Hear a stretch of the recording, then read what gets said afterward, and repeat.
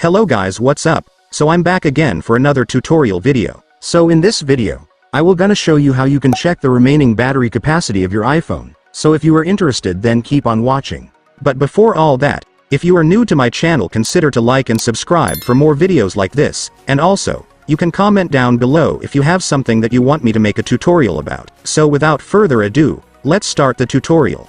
So to check the remaining battery capacity of your iPhone, it's actually pretty easy. Just follow what I'm gonna do. So for the first step, I want you to go to your phone settings. And once you're on your settings, next, I want you to find the battery option. You can easily find it just at the top section of your settings. Once you've found it, just go and tap it. And then select the battery health and charging option right here.